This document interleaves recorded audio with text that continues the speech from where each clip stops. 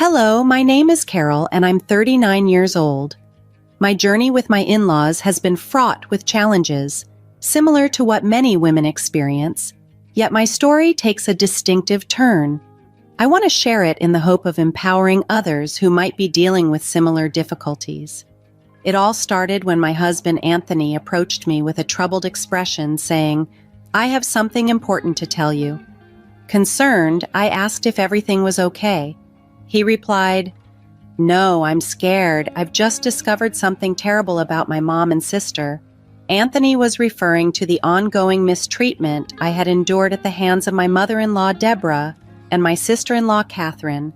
They had repeatedly sabotaged me, ruining my outfits for important occasions, tampering with my food and drinks to cause embarrassment, and even spreading malicious rumors about my successful business. Their animosity stemmed from their resentment toward me for marrying into their family. I had repeatedly voiced my concerns to Anthony, but it seemed my words fell on deaf ears until that moment. Curious about what had changed, I asked Anthony, and he showed me something shocking: security camera footage from our business venue. Anthony and I run a boutique where we sell an array of crafted items, including baby clothes and purses. It was a venture I had started and felt deeply passionate about, yet Deborah and Catherine never missed an opportunity to discourage me. Their discouragement was blatant. During one conversation, they told me, "Are you sure we should be involved in this business? It's not going to succeed, especially with your lack of expertise." And further, what she means is, "You're not capable enough to handle this business. You should just give up and focus on being a housewife or finding a regular job. Starting a business is too difficult for someone like you."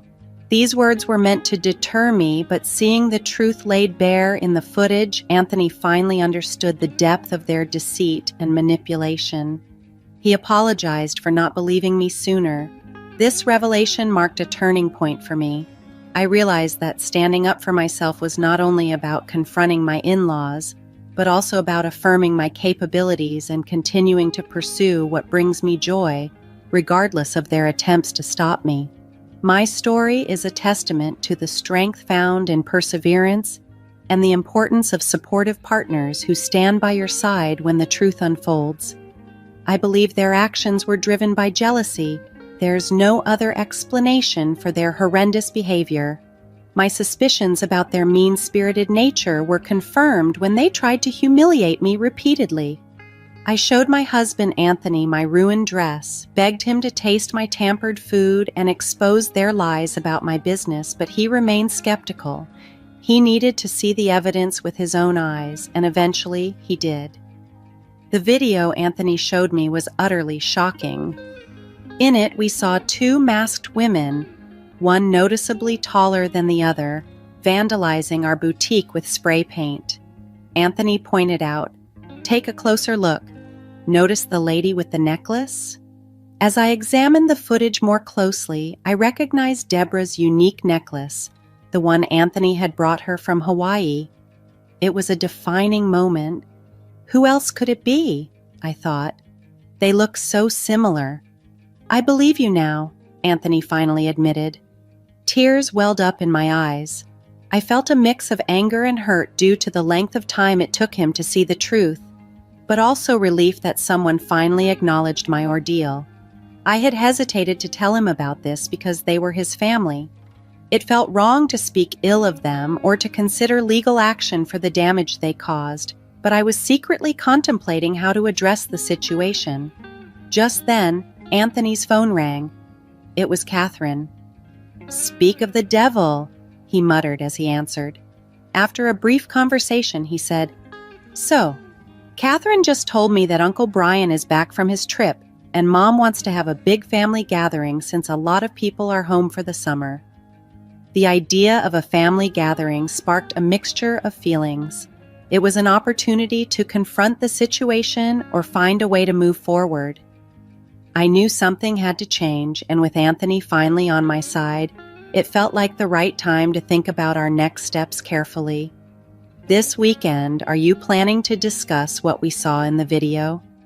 I know it's difficult for you since they're your family, but I'm ready to confront them if you think we should. I said to Anthony. He hesitated, the conflict evident in his eyes. They are my mother and sister, Carol, and that makes it tough, but I will support you however I can, he assured me. As the weekend approached, we arrived early at Gust's house, where the gathering was to be held. Uncle Brian, a beloved family figure, was returning after a long absence, and his homecoming was meant to be a joyful occasion. However, upon our arrival, I could immediately sense a shift in the atmosphere. Catherine and Deborah, who had been all smiles, suddenly displayed expressions of jealousy and disgust upon seeing us. "Oh, you two are here early," Deborah remarked with a forced smile. "Yes, Mom, we thought we'd come by early to help out, knowing how many people are expected today," Anthony responded, his tone amiable. "How sweet of you, we're happy to have the help," I chimed in, trying to keep the conversation light. As I spoke, both Catherine and Deborah shot me looks that seemed to accuse me of some unspeakable crime, their eyes narrowing slightly as if they wanted to say more but couldn't just yet. Then, in an almost theatrical display of sympathy, Catherine commented, "Oh, Carol, it's awful about your business being vandalized. I saw the damage on my way here, such a tragedy." "Dreadful," Deborah added, her voice dripping with feigned concern. Their overly cheerful demeanor and poorly concealed smirks were clear indicators of their duplicity. It was almost as if they were enjoying the situation. I caught them trying to suppress their laughter, a sight that only fueled my resolve. Yet I chose to remain calm, not wanting to escalate the situation prematurely. "I know, it's just terrible. We can't imagine who would do such a thing. It was upsetting to see something we've put so much effort into being damaged," I replied, maintaining a composed facade. For now, I decided to bide my time, waiting for the right moment to reveal what I knew. The idea of confrontation hung heavily in the air, but I was determined to handle it strategically, ensuring that when the truth came out, it would be undeniable and impactful. "Don't worry, the police will investigate this," I stated firmly, knowing that it was important to show we were taking the situation seriously. "The police? Why involve them in such a minor incident? It's probably just some kids messing around. No need to make a big deal out of it," Catherine quickly interjected, her tone dismissive. "Oh, Catherine, it's considerate of you to be concerned about these supposed troublemakers, but they still need to face the consequences for their actions. They knew exactly what they were doing," I replied, not letting her brush the issue under the rug. "I agree with Catherine," Deborah chimed in. "We all did silly things as teenagers. Let's not dwell on it. Come on, let's focus on getting everything ready for the party." I could tell they were nervous, trying to downplay the incident after probing so much about it. Anthony and I exchanged a knowing glance, then joined in to help with the party preparations. We spent the morning and early afternoon setting up, cooking, and cleaning. By 4 p.m., family members began arriving for the reunion. After we finished our tasks and had a moment to relax, Anthony pulled me aside. "I have something for you, a hidden microphone. I want you to wear it," he whispered. "Why? What's going on?" I asked, puzzled by his request. "I'm not strong enough to confront my mother or sister. I'm sorry I'm not as assertive as you might want me to be, but maybe this is better. If you expose them, you'll get all the credit. You've always been stronger than me. Wear the mic and approach them. You might uncover something and get justice. I won't stop you." I appreciated Anthony's support, even though I wished he could be more confrontational himself. With that, I put on the mic, hit record, and went to find the two troublemakers. I finally found them in the kitchen, engaged in a heated discussion. Before I entered, I paused, gathering my courage to confront whatever truth might come to light. As I pressed my ear against the door, I caught snippets of a tense conversation between Catherine and Deborah. "She's on to us, Mom. Did you see the way she looked at us?" Catherine's voice trembled with anxiety. "Stop it, Catherine. You're overreacting. She doesn't know it was us," Deborah replied. her tone dismissive yet edged with a hint of doubt. "I swear, Mom, she knows everything," Catherine insisted, her worry palpable. "Okay, calm down. Even if she suspects something, what can she do? Anthony loves us, and she loves Anthony. If she did find out, she'd probably tell him, and then Anthony would just brush it off, saying she's imagining things. That's what's been working for us so far, hasn't it?" Deborah tried to reassure her. "What do you mean?" Catherine's voice was fraught with tension. "Remember when we ruined her dress before her craft shop business pitch? Or when we messed with her food and drink? She told Anthony about it. There's no way she didn't share her suspicions with him, but because he loves us, he overlooked it. He'll do the same now," Deborah explained, her confidence growing as she recounted their past successes in deception. "I could no longer tolerate their villainous plotting." Overwhelmed by anger and the need for justice, I burst into the room. Although I had been recording their conversation, I was worried the microphone hadn't captured enough evidence. I needed to get closer, to gather more proof against them for my case. "Hey, you two, Uncle Brian will be here soon. Do you need help with anything else?" I asked, feigning ignorance to their shock. "Carol, you scared us," Catherine exclaimed, clutching her chest. "Yes, Carol, I have a weak heart. Don't startle me like that again," Deborah added, her voice quivering slightly. "Apparently not weak enough," I retorted, unable to keep my composure completely. "What did you just say?" Deborah asked, her eyes narrowing. "Oh, it's nothing. Just that you seem pretty energetic for someone your age," I replied, my words laced with a hint of sarcasm. "Energetic? How so?" Deborah questioned, her curiosity piqued. "Well, I could have sworn I saw you doing something quite active recently." "Maybe it was a dream," I teased, hinting at my knowledge of their misdeeds, hoping to provoke a reaction that could reveal even more. "I recall seeing you in black attire wearing masks," I remarked, causing them to pause momentarily as they grasped the implications of my statement. "Bingo! I think you were involved in something quite serious," I continued, watching their reactions closely. "What exactly are you implying?" Deborah asked, her voice tense as she slowly closed the door to ensure our conversation remained private. "I'm not trying to suggest anything specific," I replied calmly. "Honestly, I might have also seen someone else, their face covered, participating in something illegal alongside the other person." "What a shame. I do hope they catch those criminals soon." Catherine, clearly flustered, suggested, "Anyway, Mom, I think we should leave now." "Not so fast, Catherine. I want you both to see something," I said, pulling out my phone to show them the video footage that Anthony had shown me. "Oh, you caught the vandals," Deborah remarked dismissively. "Well, now that we know who they are, there's no need to look into it any further. Let's just drop the issue, Carol. Vandalism happens to other buildings too, you know." "Yeah, Carol, just move on. It's not worth all this fuss," Catherine added, echoing her mother's sentiment. "Ladies, I think it is a big deal," I countered firmly. "I found something interesting in this video. Take a closer look." Both leaned in and zoomed in on the phone screen to see what I was pointing out. The horror and shock that washed over their faces confirmed all my suspicions. They were, indeed, the ones who had vandalized my building. "Quiet, Mom. This doesn't prove anything. Who else has this necklace?" Deborah tried to deflect, her voice cracking under the pressure.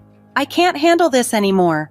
"Okay, it was us," Catherine blurted out, unable to hold back any longer. "Mom, she's figured it out. I don't know what you want me to say," she continued. "Yes, Carol, we did it. We damaged your business, but what are you going to do about it?" Deborah challenged, her tone defiant. "Yeah, Carol, there's nothing you can do in this situation. We know that Anthony cares more about us than he does about you. Even if you try to take action, he won't punish us because he loves us," Catherine added confidently. "He really does love you guys, and he probably won't do anything," I acknowledged. "But sweetie, why do you think I won't do anything? Do you think I'm afraid of you? You messed with my business, which is like my child. I won't let you off the hook." In a swift move, Deborah and Catherine both tried to grab the phone from me. desperate to erase any evidence of their wrongdoing. Thankfully, I was quicker and managed to dodge their grasp. "Come back here, you foolish girl," Deborah shouted after me. "Even if you grab the phone, the data is already backed up, so there's no point in fighting me. Unless, of course, you want to worsen your already weak heart." "Don't you dare provoke my mom," Catherine chimed in, her voice rising with anger. "Do you think you're funny? Do you think you're clever? Hand over the data now or else." "Or else what? What will you do?" I taunted, feeling a rush of adrenaline. "I'll hurt you in ways you never imagined," Catherine threatened. "Oh, I'm shaking in my boots. Please don't hurt me," I replied sarcastically, my voice dripping with mockery.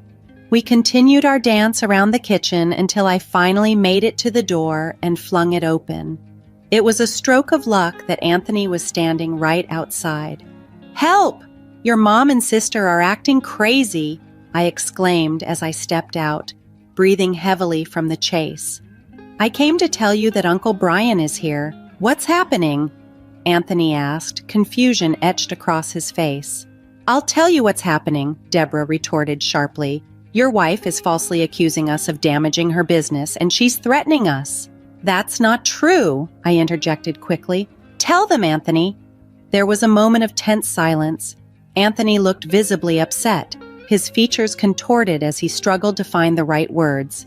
"I know you're not used to arguing with your mom and sister, or arguing at all for that matter," I urged him, "but I need you to stand up for me, your wife, right now, please."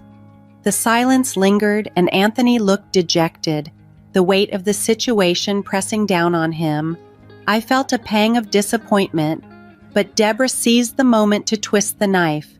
"You see, honey, Anthony will always side with us, not you. He loves us more." "That's not fair," Anthony finally spoke, his voice filled with emotion. "I love you all equally. You're all important to me, which makes it tough to decide." "Why not choose honesty?" I pressed, my voice steady. "We both know it. You're the one who showed me the footage." "Wait, Anthony, why would you do that?" Deborah asked, her voice laced with disbelief. "Because it's my business, too," Anthony responded firmly, his resolve strengthening. "And what you did was wrong, not just this incident." In a tense situation, Anthony pleaded with his mother and sister, his voice filled with urgency. "But all the other times you've hurt my wife. You need to stop. Please, we'll forgive you." "Speak for yourself," I countered firmly, still fuming from their relentless actions. "I'm still going to press charges." "Not while I'm here," Deborah retorted sharply. Just then, Uncle Brian, our respected guest of honor, walked into the room. His expression was a mix of happiness and concern, noticing the tension among us while everyone else was eagerly anticipating the start of the celebration. "Oh, Brian, my dear, it's wonderful to see you. You look great. Yes, we'll start the celebration soon. Let me take you to your special seat. Tell me all about your trip," Deborah said, trying to shift the focus away from the brewing storm. "We're not done with you, Carol. If you try anything, I promise we'll make sure Anthony divorces you," Catherine threatened, her words sharp and malicious. "Why do you talk to Anthony like he's a child? He's a grown man who can make his own choices. He wouldn't divorce me just because you tell him to, right, honey?" I looked at Anthony, seeking his support. Anthony hesitated, his confidence wavering under the intense pressure. He dropped his head, unable to meet my gaze. Overwhelmed by the situation and feeling utterly betrayed, I stormed off angrily and made my way to the large dining table, where about 42 people were already seated. Trying to remain composed, I sat down, seething silently. Soon after, Anthony and Catherine joined me at the table, but I kept to myself, too angry to engage, even though Anthony seemed like he wanted to say something. Eventually, Deborah and Uncle Brian arrived, and despite the earlier discomfort, the celebration began. As we ate, my anger continued to simmer, and I could no longer contain it. "Attention, everyone," I announced, standing up abruptly. I have something important to say. There are two people here who have always hated me, who tried to make my life miserable. Some of you might already know, but I'll make sure you all understand. I then played the recording of our earlier argument for everyone to hear. The room filled with gasps of shock and disbelief as people listened to the incriminating words. Catherine and Deborah sat frozen in their seats, quickly denying everything and accusing me of lying. The dinner turned chaotic. I yelled at Deborah and Catherine, and they yelled back while the other adults at the table tried to make sense of the unfolding drama. Anthony, as usual, remained silent, absorbed in his turmoil, until the distant sound of sirens filled the air. Then, suddenly, the room fell silent. The police were on their way to the house. "What have you done, you wretch? I'll get you for this," Deborah hissed venomously at me. "I didn't do anything," I responded calmly. "Anthony did. He's the one who called the police." Catherine, stunned, turned to Anthony. "You need to face the consequences for what you've done," he told her firmly. "I called the police on you, and they have a warrant for your arrest.